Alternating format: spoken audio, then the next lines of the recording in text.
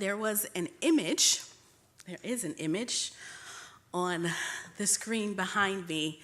About 3 years ago, I had the privilege of attending a reconciliation conference at Duke Divinity School, and this statue arrested me. This statue enamored me. It is, of course, a depiction of the prodigal son narrative. The entreating father who grasps the prodigal in one hand and reaches out to the older brother with the other hand. The closed off stance of the older brother. The rejection of this beautiful act of reconciliation is evident in the older brother's stance.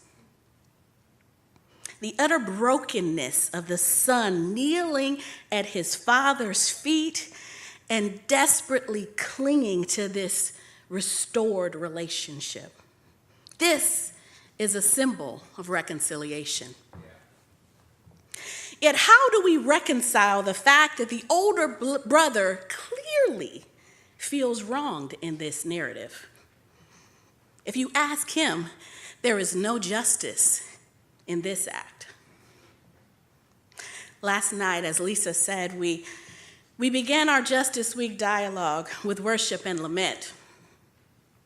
In that moment, we explored what it means to intentionally name some of the evils of the world, to sit with the pain.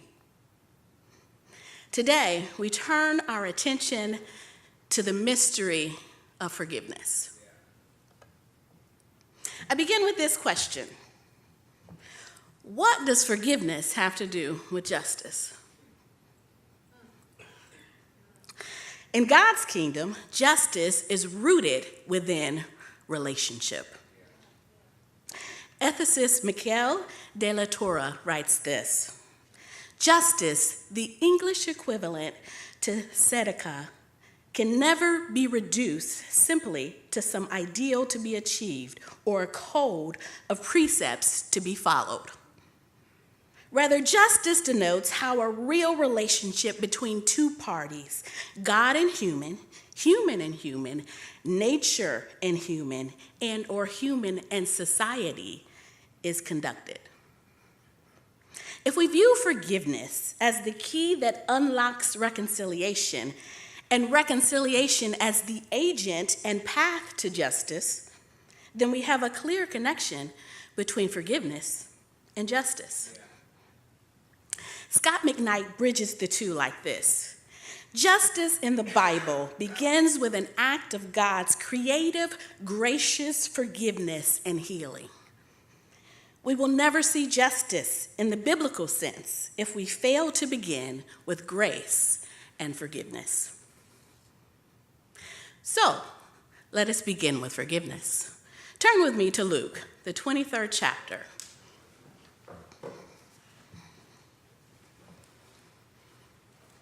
I'm going to read verses 26 through 43.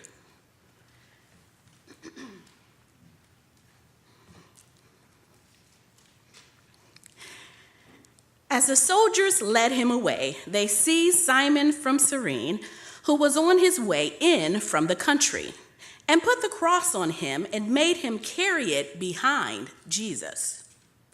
A large number of people followed him, including women who mourned and wailed for him. Jesus turned and said to them, "Daughters of Jerusalem, do not weep for me. Weep for yourselves and for your children. For the time will come when you will say, 'Blessed are the childless women, the wombs that never bore, and the breasts that never nursed.' Then they will say to the mountains, 'Fall on us,' and to the hills, 'Cover us.' For if people do these things when the tree is green, what will happen when it is dry?" 2 other men, both criminals, were also led out with him to be executed.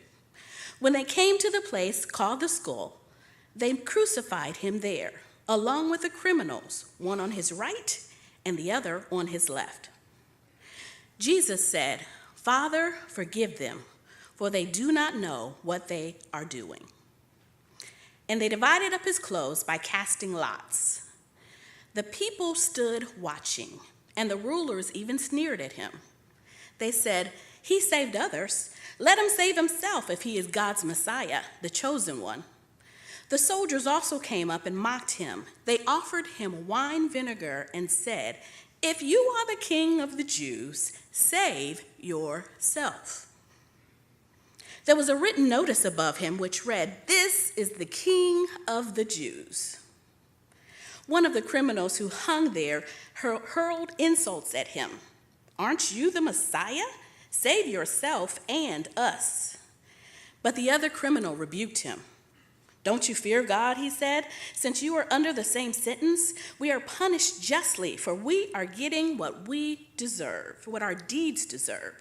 But this man has done nothing wrong." Then he said, "Jesus, remember me when you come into your kingdom."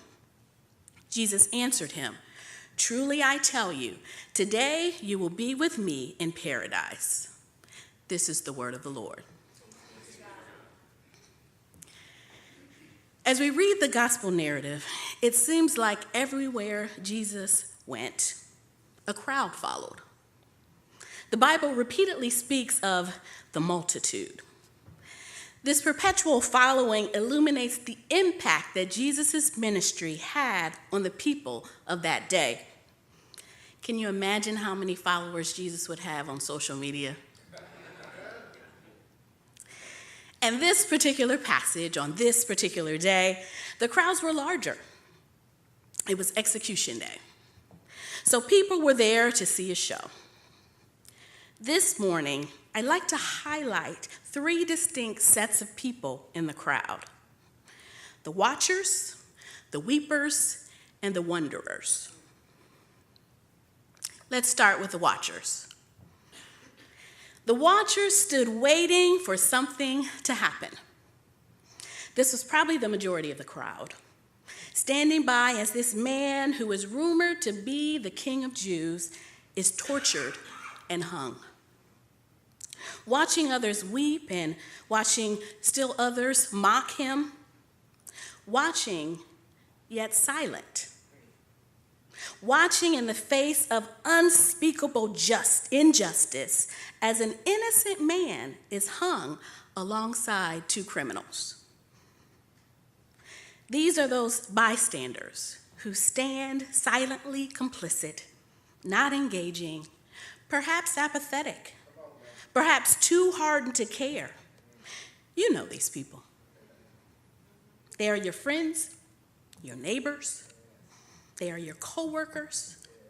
At times, they are our churches, our social cliques, our families, and perhaps at times, we are the watchers. Whatever the case, these people in the crowd are there to see a show, and Jesus gives them more than they bargained for. Without asking, completely undeserving, Jesus has mercy on them. And the watchers are counted among the forgiven. Next, we have the weepers. The weepers were the faithful women who followed Jesus. These daughters of Jerusalem mourned and wailed over the fate of Jesus. And I find it interesting that in the midst of unimaginable suffering, Jesus pauses to speak to these women. However, when he speaks, it isn't to comfort them or assure them. In fact, Jesus' words echo as a rebuke and a warning. Jesus turned and said to them, "Daughters of Jerusalem, do not weep for me. Weep for yourselves and for your children. For the time will come when you will say, 'Blessed are the childless women, the wombs that never bore, and the breast that never nursed.'" At first glance, this is a little harsh. These women are genuinely upset that Jesus is being put to death. Their tears are a reflection of the sorrow they feel. Yet Jesus not only tells them not to weep for him, he basically says, save your tears for yourself because you're going to need them. You're going to need them because there's coming a time when you're afraid to send your son to the store to buy a bag of Skittles, not Kittles. You're going to need them because you're going to be afraid to have your son walk outside with a hoodie on or with sunglasses on or without smiling. They look too intimidating. You're going to need them, woman, because there's coming a time when you're going to be afraid to put your child on a bus for fear that he or she won't come home that day because of a school shooting. Don't weep for me, women. Weep for yourselves. In that moment, Jesus redirects their lament. Have you ever had someone try and redirect your lament? You're grieving the loss of whatever has been taken, and they begin talking about their right to bear arms.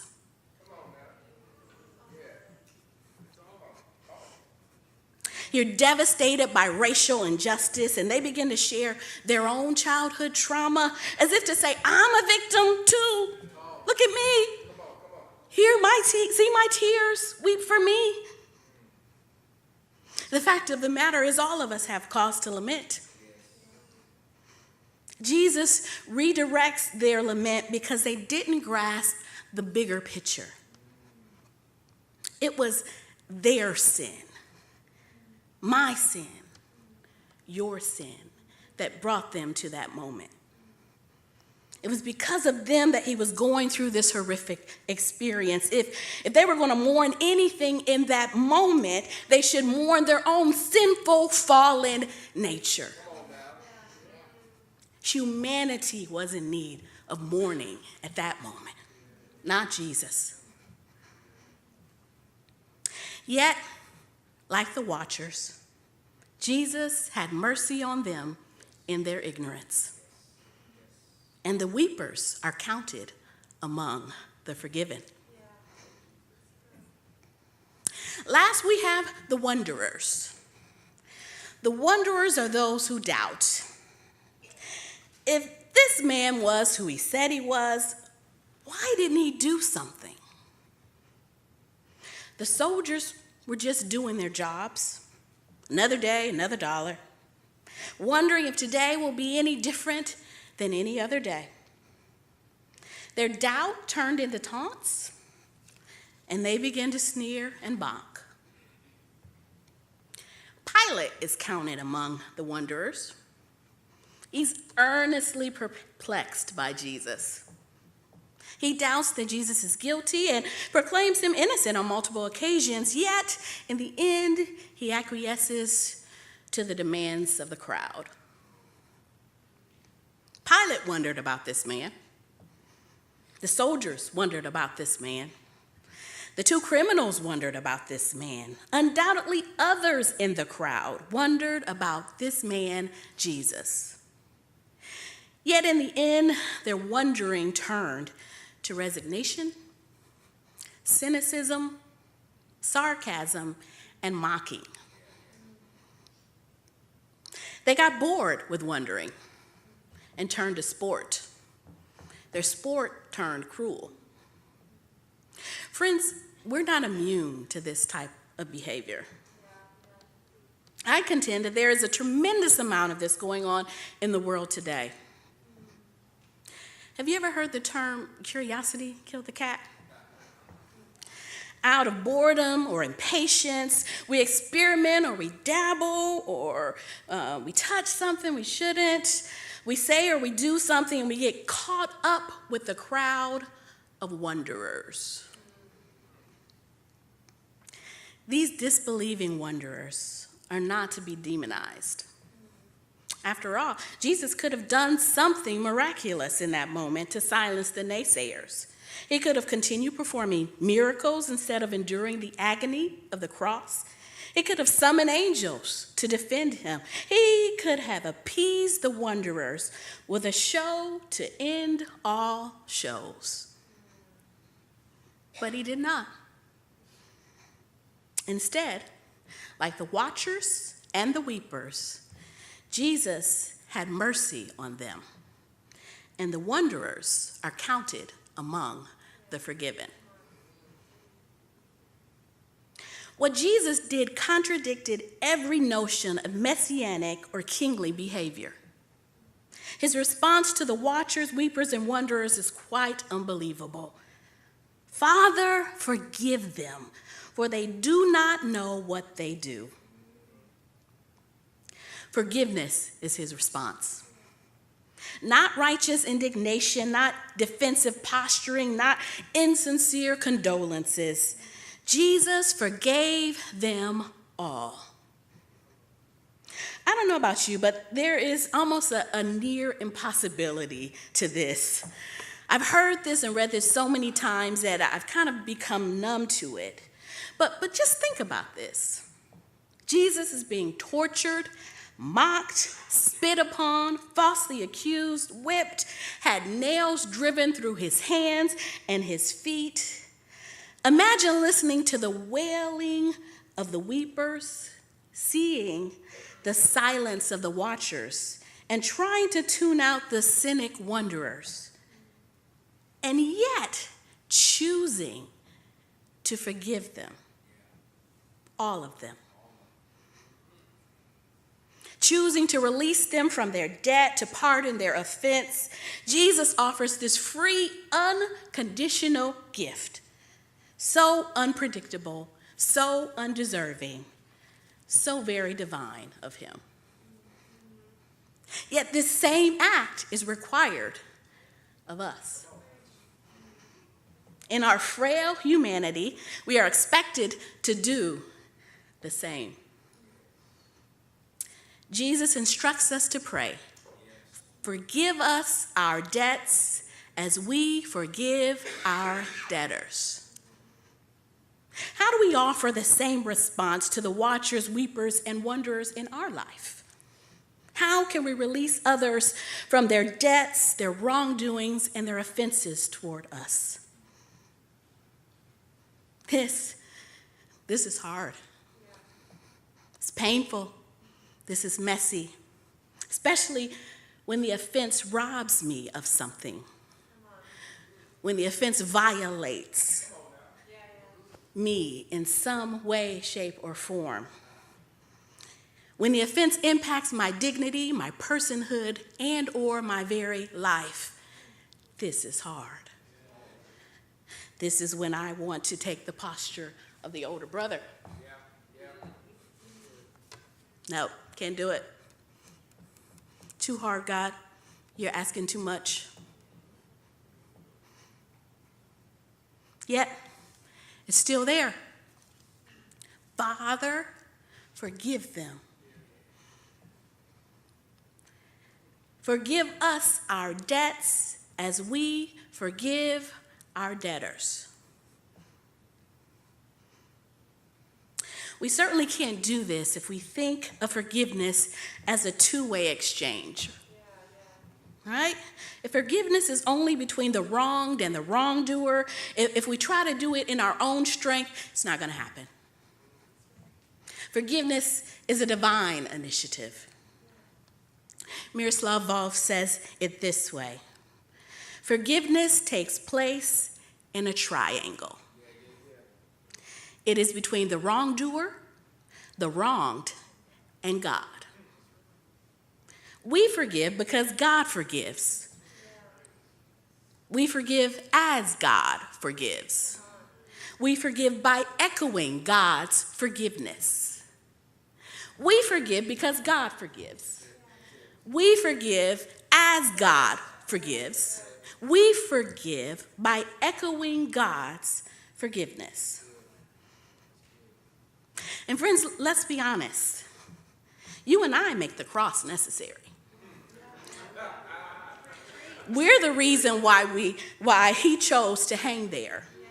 We're the ones in need of forgiveness. The reality is that each of us at some point in our lives has been one of those people in the crowd. We've watched in silence as injustice reigns around us. We've wept out of our own selfishness, not looking at the bigger picture. We've allowed our wondering to creep into doubt and cynicism. But Jesus responds the same way. He has mercy on us and counts us among the forgiven. So what does forgiveness have to do with justice? When I forgive others, my soul is liberated from the bondage of bitterness. When I forgive others, I join with God in the mission of reconciling the world back to himself. When forgiveness is extended and received, people are healed, families are made whole, dignity is restored, and faith is renewed. You cannot have reconciliation without forgiveness. You cannot have justice without reconciliation.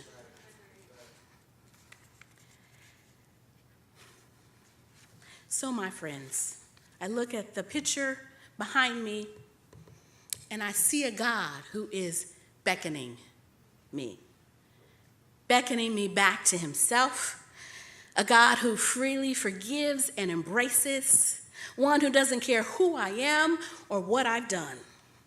A God who, in spite of the naysayers, the doubters, the weepers, the watchers, the wonderers, extends his mercy and counts me among the forgiven. This is a just God. This is my God. May God grant each of us the grace to offer the same response to the watchers, weepers, and wonderers in our own lives. Amen.